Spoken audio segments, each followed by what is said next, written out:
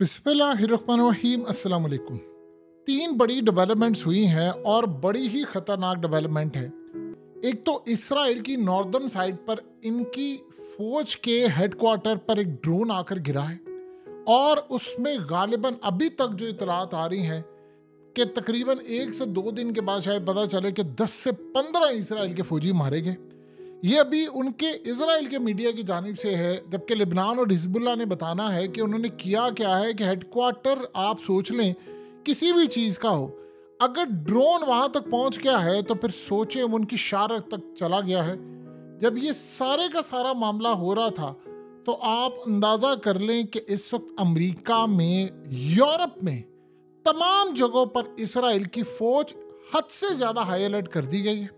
और खबर ये आई है सामने कि इस सारे स्नैरियो में उनकी फौज के ऊपर कोई बहुत बड़ा हमला दहशतगर्दाना होने वाला है। पूरे यूरोप को हाई अलर्ट कर दिया गया है, जबकि पुतिन ने कहा था कुछ अरसे पहले कि एक बहुत बड़े जाली हमले की इस वक्त तैयारी हो रही है, जिसके बाद सारी डायनामिक्स बदल जाएगी।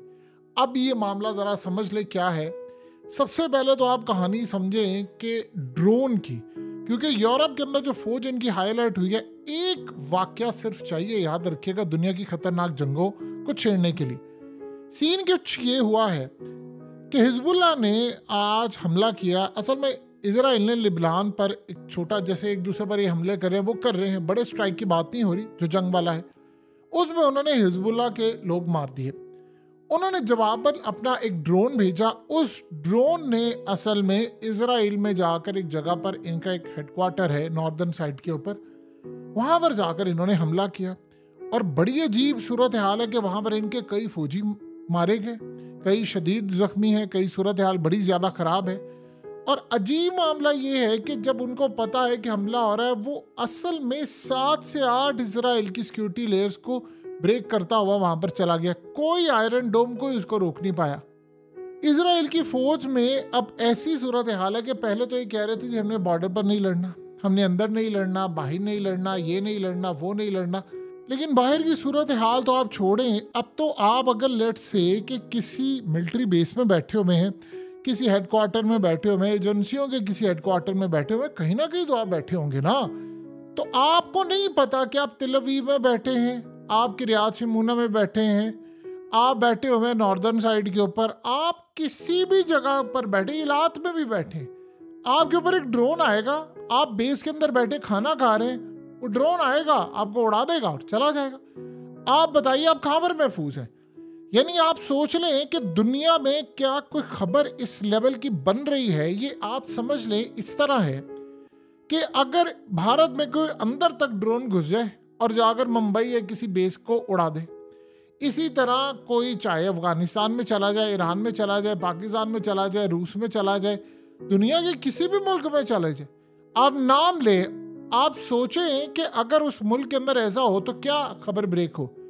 इसराइल में लेबनान से ड्रोन उड़ता है, उनकी फौज के नेवल हेडक्वार्टरों के ऊपर से होता हुआ किसी एक जगह पर जाकर हिट कर देता है और वहां पर फौजी बैठे। एक तो भी हालिया जो हमला हुआ था वो भी सिमिलर था, उसमें सारे बैठ के अंदर खाना खा रहे थे और सबको उड़ा दिया गया। यानी आप मिलिट्री बेस के अंदर बैठे हुए हैं, मिलिट्री फौजी अड्डा है, वहां पर आप बैठकर खाना खा रहे हैं और एक ड्रोन आता है और आपको आकर उड़ा देता है। और एक गाड़ी दोबारा आती है उन जख्मियों को ले जाने के लिए, उनको भी उड़ा दिया जाता है। तो आप बताएं ना कि आपकी सिक्योरिटी कहाँ पर चली गई है? कोई सूरत हाल है, कोई खबर है, ब्रेक है? यानी अमरीकी खास तौर पर उनसे पूछे कि भाई तो हमारे टैक्स के पैसों से अरबों डॉलर इसराइल को दे रहा, असला दे रहा, इनसे पूछो इनकी सिक्योरिटी कहाँ पर गई है। मुकाबला नहीं इसका मतलब है आप कर पा रहे। यही एग्जैक्टली सूरत हाल हुई है। ये उनके मार रहे हैं, वो आगे से इनको मारे। अब असल कहानी ये है कि जो अलेक्जेंडर दुगिन ने कहा था कि अगर पुतिन इनको जाकर S-400 ये तमाम चीज़ें दे दे और उसने कहा जंग दे दे, तो फिर सूरत हाल देखिए कहाँ से कहाँ चली जाती है। अब ये देखने वाली बात होगी कि क्या वो लेबनान को S-400 देने जा रहे हैं। अगर इन्होंने S-400 या कोई ऐसा डिफेंस सिस्टम दे दिया तो ये आप समझ रहे हैं कि पूरे के पूरे रीजन की नहीं, इजराइल से लेकर अमेरिका सबको तितर बितर वो कर देंगे। क्योंकि असल में होता ही है कि मारने की सलाहियत तो है उनके पास, लेकिन जो इसराइली आकर समटाइम हमला कर जाते हैं उसको रोकने की सलाहियत नहीं। अब इसराइल के पास तो नहीं है इनके ड्रोन्स और चीज़ें रोकने की, लेकिन वो चाह रहे हैं कि हमारे पास S-400 जैसी चीज़ आ जाए कि जो इसको रोक दे, चाहे उसका नाम बदल कर हम कुछ रख दें, डिज़ाइन कुछ कर दें। अब ये सूरत हाल यहाँ पर देखने वाली होगी कि ये मामला क्या है। असल अब दूसरा जो मरहला है वो बड़ा अजीबोगरीब है। पुतिन ने आज से तकरीबन समझ ले 4 हफ्ते पहले कहा था कि एक बहुत बड़ा जाली हमला करवाने की तैयारी है और ये हमला यूक्रेन से लेकर यूरोप और बाकी जगहों पर किसी भी जगह हो सकता है। जिंदगी में एक बात याद रखिएगा, सिर्फ एक लम्हा, एक हमला और एक लम्हा काफी है पूरी दुनिया को सबसे तबाहकुन जंग में धकेलने के लिए। बस एक लम्हा और एक हमला। अब आप बताएं कि यूरोप के अंदर अमेरिका को क्या मसला। अमेरिका की जो फौजें हैं, जो अड्डे हैं उनके यूरोप के अंदर, सबको हाई अलर्ट कर दिया गया है कि तकरीबन 27 से 28 ममालिक में अमेरिकी फौजियों के अड्डे जो हैं उनको हाई अलर्ट कर दिया गया। रिपोर्ट में कहा गया कि जी अमेरिका के फौजी अड्डों पर बहुत बड़ी दहशतगर्दाना एक कार्रवाई होने वाली है और ये जब कार्रवाई होगी तो उसके बाद पूरा रीजन हिलकर रह जाएगा। अब आप एक बात बताइए, ये नाम किस पर लगाने वाले हैं? जाहिर सी बात है इन्होंने ईरान पर लगाना है, हिजबुल्लाह पर लगाना है, किसी इस्लामिक वर्ल्ड पर लगाना है, इन्हीं पर लगाएंगे, या अगले मरले में जाकर ये रूस पर लगा देंगे कि रूस के अंदर से चेचनिया पर लगा देंगे। इनमें से किसी एक पर ही लगना है। अब आप एक बात बताइए कि इस्लामिक वर्ल्ड के अंदर सबसे ज़्यादा अगर अमेरिका को वाकई किसी ने टारगेट करना है तो कौन सी जगह हो सकती है? शाम, इराक और मिडिल ईस्ट। ये इससे ज़्यादा तो कुछ नहीं हो सकता। जैसे आयतुल्लाह अली खामनेई ने कहा है कि अब अमेरिका के सारे जो अड्डे हैं वो हमारी रेंज में आ चुके हैं, तो हम किसी भी वक्त इनको उड़ा देंगे। अब आप एक बात बताइए कि किसी ने अगर कुछ करना है तो वो यूरोप जाएगा। अब आप ज़रा पुतिन के उन अल्फाज को दोबारा समझे कि एक हमला होने वाला है लेकिन होगा जाली।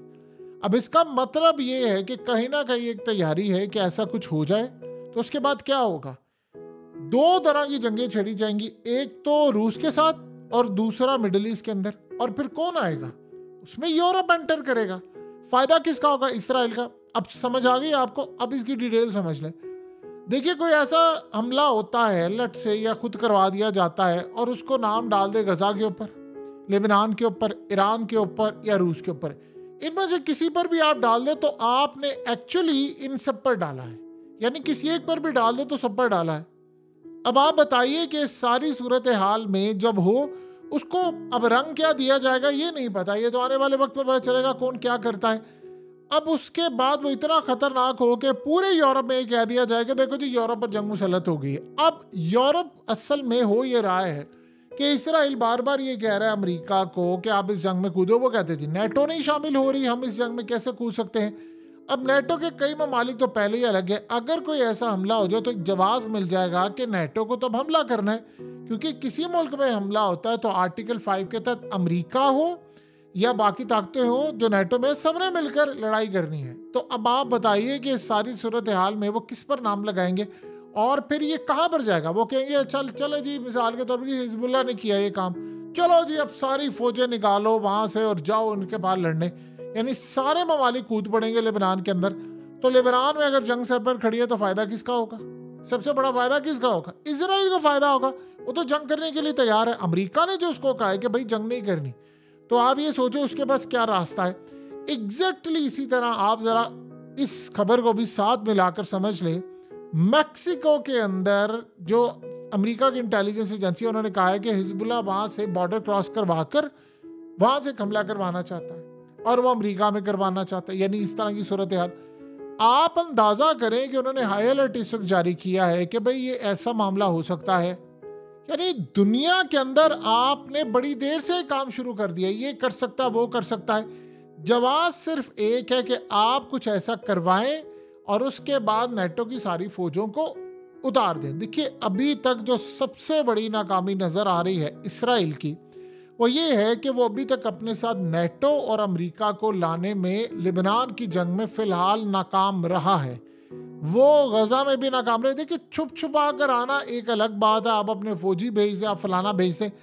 इसराइल में भी ये कहा गया है, हालिया जो रिपोर्ट आई थी उसमें कहा गया था कि जो उनका इंटेलिजेंस यूनिट है इसराइल का, उसमें फौजी कम पड़ गए हैं, क्योंकि जो इंटेलिजेंस लोग होते हैं, यानी जो उनके डिपार्टमेंट में होते हैं, इंटेलिजेंस यूनिट में जो लोग होते हैं, वो असल में बड़े दिमाग वाले होते हैं। उनका काम ये नहीं होता कि उन्होंने बॉर्डर पर जाकर लड़ाई करनी है, उनका काम होता है जहन को इस्तेमाल करना है। अब चूंकि बॉर्डर से लेकर बाकी जगहों पर उनके लोग मारे गए, बड़ी तादाद के अंदर कमांडोज भी मारे गए हैं, तो उन्होंने काम ये किया कि इंटेलिजेंस यूनिट 8200 और 8100 यहाँ से उठाकर बंदे उन्होंने लगा दिए।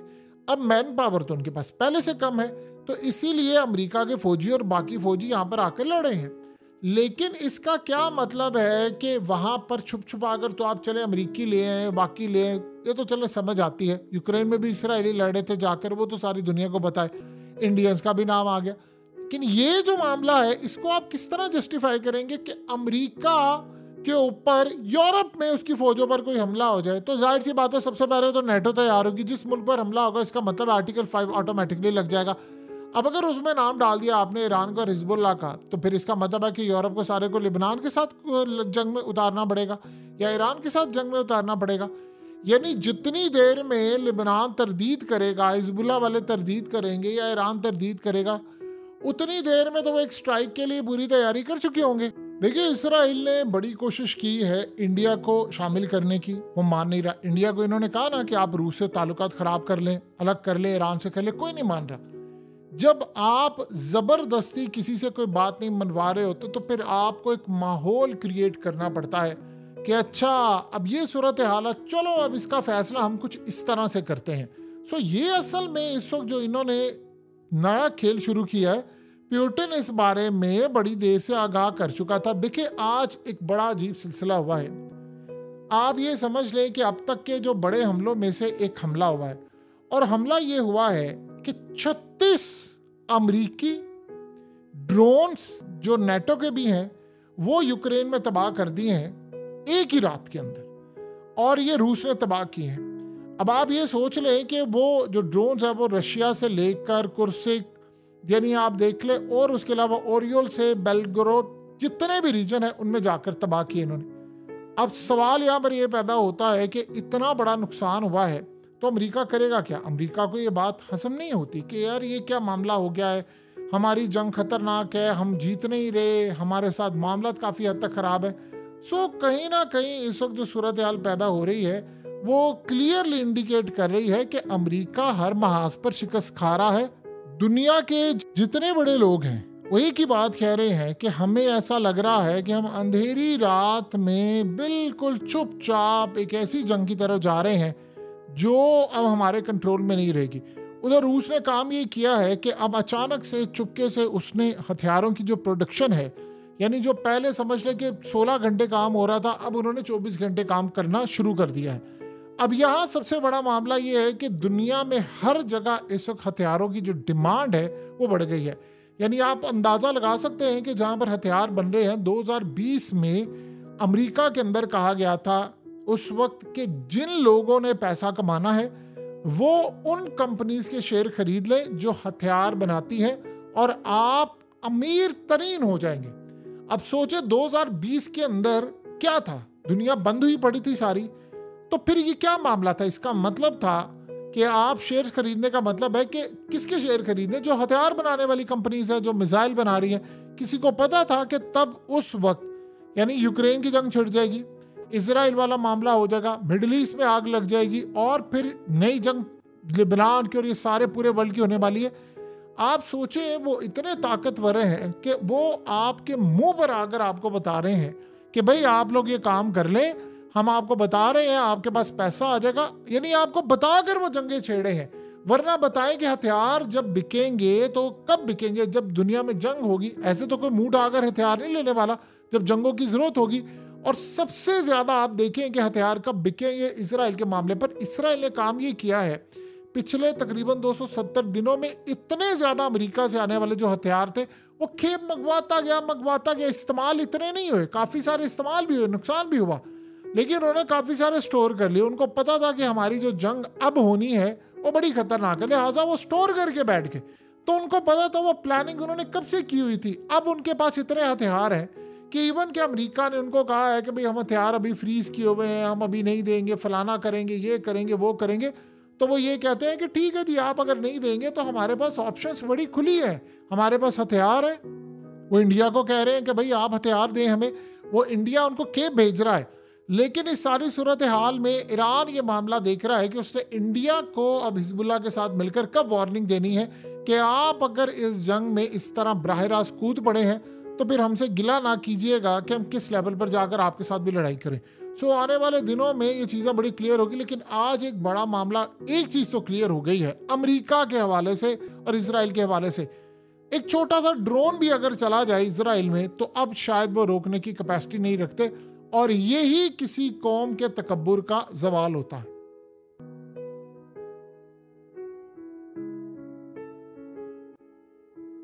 हकीकत टीवी को सब्सक्राइब करना मत भूलें, वीडियो को लाइक करें, शेयर करें और कमेंट सेक्शन में अपनी राय का इजहार जरूर करें।